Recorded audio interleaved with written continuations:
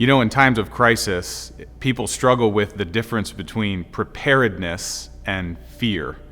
And that's a legitimate question because that's sort of a line that's hard to tell often, especially when you don't know what you're responsible for and then what is just unneeded worry and panic.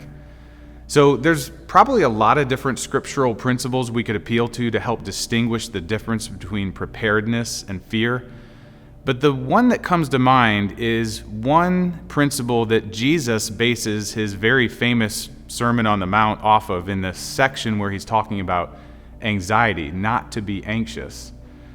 And he basically asks a rhetorical question of his hearers, and he says, which one of you, by worrying, can add a single hour to the span of his life?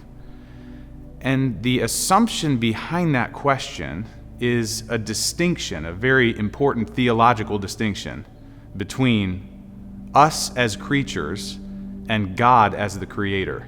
So here's where it translates out a little bit to just help us understand the difference between how that applies to preparedness versus fear.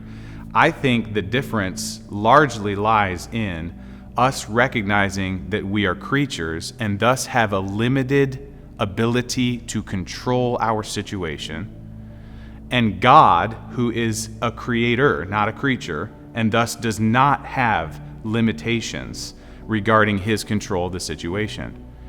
And keeping that straight is at least helpful in determining whether you're taking responsible actions to prepare versus wasting time and actually causing a lot of spiritual disruption through fear and through worry. So as you read Scripture as a whole, preparedness is actually commended quite a bit. I think of the book of Proverbs. There are so many principles about folks knowing that winter is coming and storing up the right things, or knowing that there's a time of lack coming and making sure that children are properly clothed and things like that.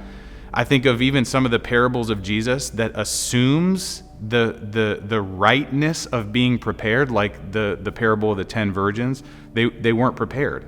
And thus they missed out on the blessing and the joy of being with the bridegroom.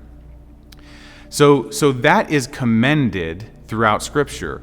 So what that means is we consider carefully what does it mean to steward our situation according to what we can bring about a greater good through our actions. Okay, so there's a degree of control that we have as stewards of our situation.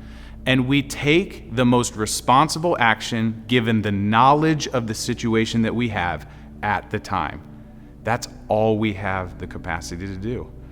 And so right now we're doing this in our culture by taking every measure to make sure that what we have determined spreads a virus that's very dangerous, we are doing the opposite of. So we are isolating. We are trying to take these different measures, even when they're painful.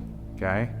And actually, preparedness usually is painful, right? So you think about those illustrations from Proverbs.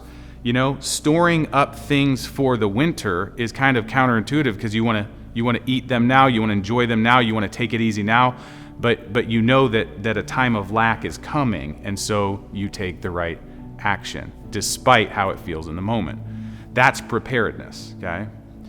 But worry and fear is sort of allowing things to turn over in your head again and again and again of all the things that could happen, all the things that you sort of wish you had control over, but as a limited human being, you don't.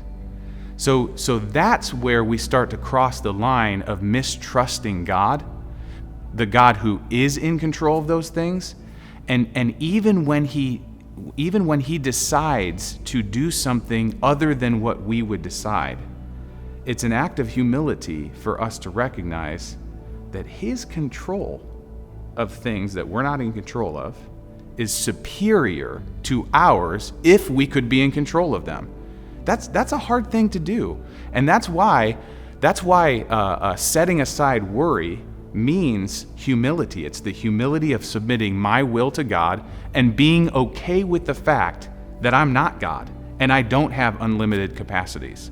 So I hope that's a helpful distinction for you just as you sort of navigate what it means to be prepared versus what it means to sort of waste away in fear.